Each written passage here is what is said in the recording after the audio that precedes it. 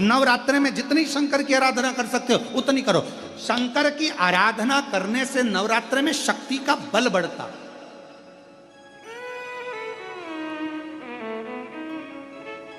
शक्ति का बल।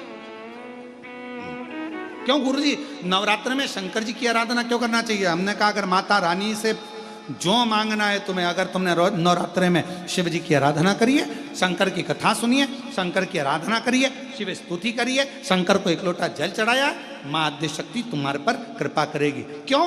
क्योंकि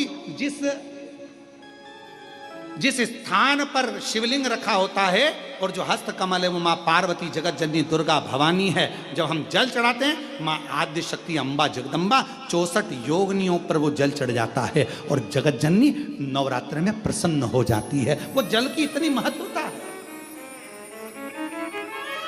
आद्य शक्ति को प्रसन्न करना है, नवरात्र में शिव जी को जल चढ़ाओ।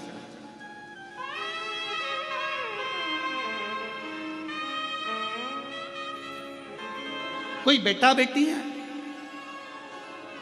कोई एग्जाम दे रहे हैं, कंपटीशन एग्जाम में बैठ रहे हैं, सर्विस के लिए जा रहे हैं, नौकरी के लिए जा रहे हैं, नौकरी नहीं लग रही है, हम कहेंगे लाल पुष्प की पत्तियों को प्रत्येक किसी भी नवरात्रि के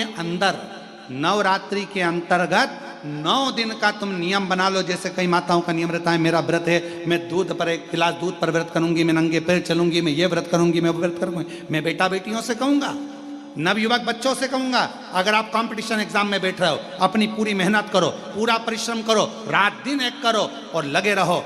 और 9 दिन तक नवरात्रि में 9 लाल फूल की 9 पंखड़ियां या 9 कोई भी चावल लाल कलर में कर कर कुंकू में कर कर, अगर माँ जगत जननी के मंदिर में नहीं जा सकते, माँ भीड़ रहे तो शिवलिंग की जो जलाधारी है, जहां पानी गोल घूमता है, इस जलाधारी पर कहीं पर भी नवरात्रे में 9 दिन तक या तो लाल फूल की पंखड़ी 9 या 9 चावल के दाने लाल कलर कर कुंकू में, लाल चंदन में उस स्थान पर चढ़ाना प्रारंभ करो। 9 दिन के बाद तुम्हें 15 दिन और निकलेंगे, उसके बाद तुम्हें खुद लगेगा कि तुम्हारी जॉब, तुम्हारी नौकरी तुम्हारा बाबा ने लगाया है। शक्ति का बल। परिश्रम जरूर करना, मेहनत जरूर करना, रात दिन पढ़ाई एक साथ करना और अपने परिश्रम को नहीं छोड़ना। मेहनत जरूर करो पर साथ में ये प्रयोग भी करो नवरात्रि का। देखो शिव और शक्ति का बल तुम्हें प्रसन्नता देता है कि नहीं देता? शिव शक्ति का बल हमें प्रसन्नता देता है कि नहीं देता?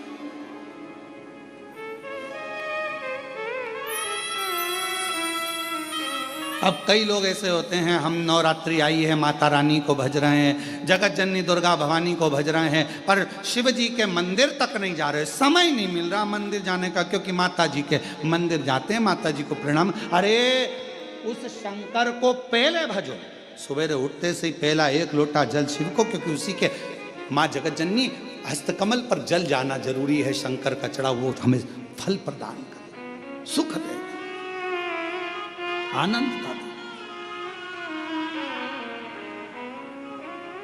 और महादेव नमन चरणों में स्वीकार कीजिए, सबका किया है मेरा भी उद्धार कीजिए, उद्धार कीजिए। हे त्रिपुंडधारी, हे त्रिशूलधारी, हे त्रिपुंडधारी, हे त्रिशूलधारी। आप भजो